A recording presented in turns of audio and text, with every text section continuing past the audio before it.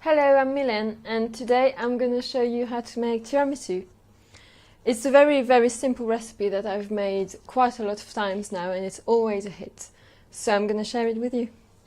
You need mascarpone, sugar. I put a bit of vanilla sugar as well in it to give a bit more flavour. Sponge fingers, 3 eggs, some amaretto liqueur, it's almond liqueur, and some coffee and a bit of cocoa powder. That's a bit my twist. You should really use fresh brewed coffee, proper coffee, but I don't drink coffee and I haven't got a coffee machine or anything, so I have to use instant one. In my recipe I don't use double cream. In the UK it's very popular to put double cream in tiramisu, but the traditional recipe doesn't have any, and I think it makes it a bit too heavy and too fatty somehow. Now I'm going to pour my boiling water on the top of the coffee and the cocoa powder. I always put a bit of cocoa powder. I think it lifts the whole thing up really. Makes it a little bit different somehow. It's not very traditional, but I like to do it. If you want to make it for kids, I would advise to make the coffee a bit not as strong as you would do it for grown-ups. The next thing I'm going to do is separate the egg whites from the egg yolks. Hang on, I'm going to do the opposite actually. Sorry.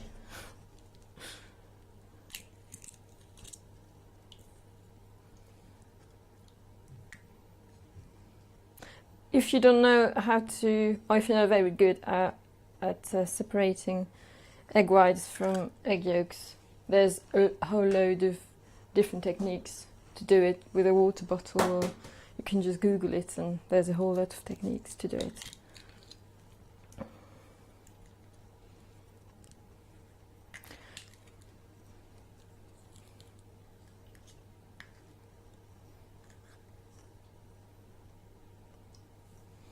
Here we are.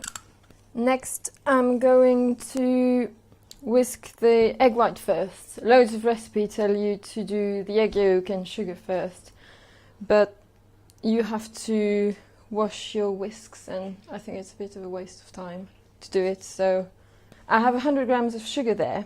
I'm going to put not half of it, but almost half of it in my egg whites to make a meringue.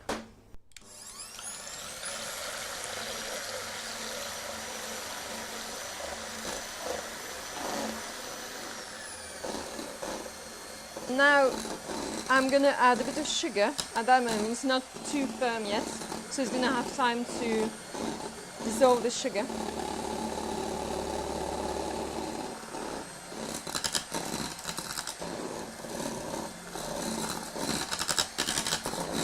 That's nice and firm, as you can see. I'm going to leave that aside for only a couple of minutes. The time to make the egg yolk mixture. So it doesn't matter if you put a bit of the egg white mixture in the egg yolk, but the other way around it does. So make sure you do the egg whites first and then the egg yolks. I'm going to put all the sugar, the rest of the sugar.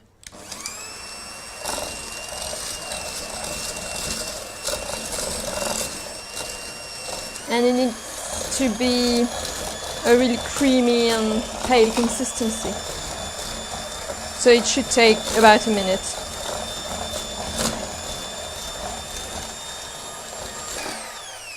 So here we are. You should end up with that.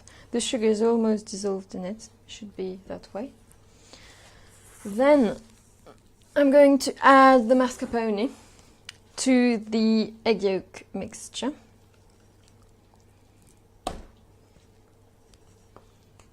It's much easier to have the mascarpone at room temperature because it blends better in the egg yolks. And I'm going to whisk again.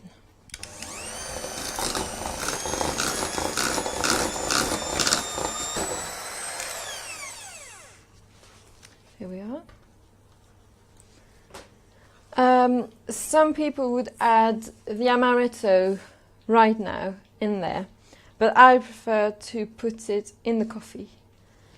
Like that it doesn't change the consistency of the mixture. If I put it in there, it's going to be a bit more liquidy. So I'm going to put it in the coffee now. And to the egg yolk and mascarpone, I'm going to add first a little bit of the egg white and sugar, just to make it a little bit more loose, just to make it easier to incorporate the rest of the egg whites later on. So you're going to fold it in nicely.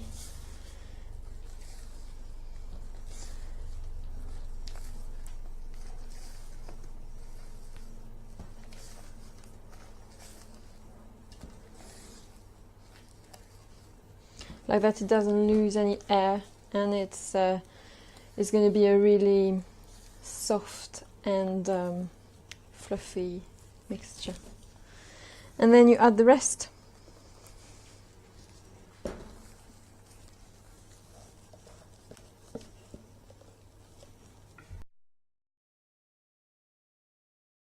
It's almost there. It doesn't matter too much if you still have little lumps, because when it's going to be all combined, all the sponge fingers and everything, and set in the fridge for a while, you're not going to be able to see or to taste the lumps. But it should be quite smooth after a couple of minutes of folding it in. So we're going to put that just there, and I'm going to build the tiramisu.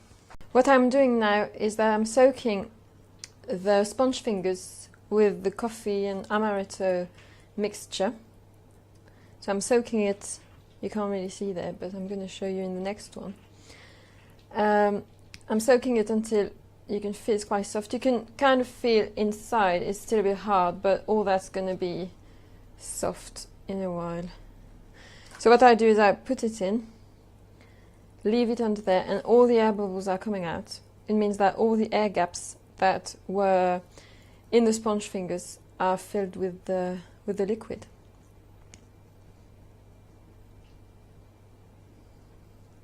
So don't over soak it, because if you do, there's going to be loads of coffee lying around, and when you're going to put the next layer, the mascarpone layer, it's going to be all soggy and liquidy, not very nice. You don't have to do the same flavoured tiramisu all the time, like the coffee and almond. You can do it with raspberry or lemon. There's loads of recipes online you can find that use limoncello instead of amaretto, and instead of coffee you make like a syrup with fruits. It's really nice as well. I've soaked all the first layer of sponge fingers, and I'm now going to come back to my mixture, my mascarpone mixture, and just spoon about half of it, I would think, on the top of the sponge fingers. I'm only going to do 2 layers. You can do more, but with the size of the tin and the amount of cream and sponge fingers, I think 2 layers is going to be good for me.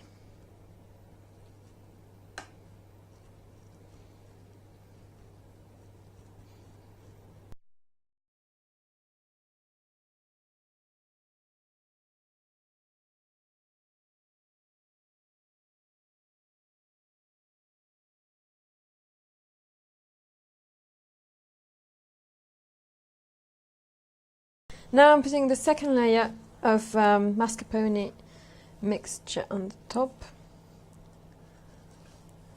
So normally the sponge fingers have to be as close as you can, like as tight, but I had about 2 missing in my packet, so there's a bit of gap, but like there. But in the end, it doesn't matter. Nobody's gonna know.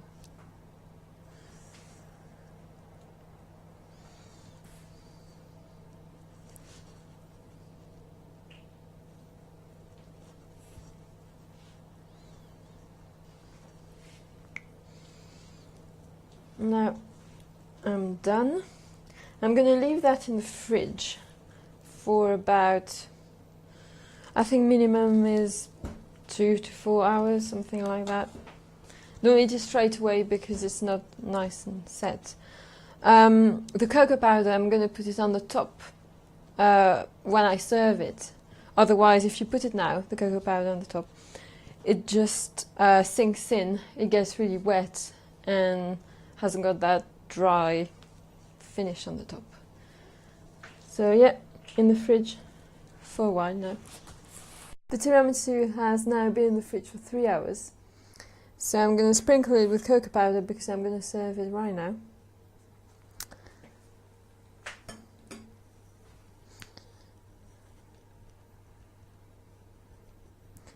I like to put quite a lot on the top. I find it gives it a nice flavour and a nice look as well. But it's up to you really, how you prefer it.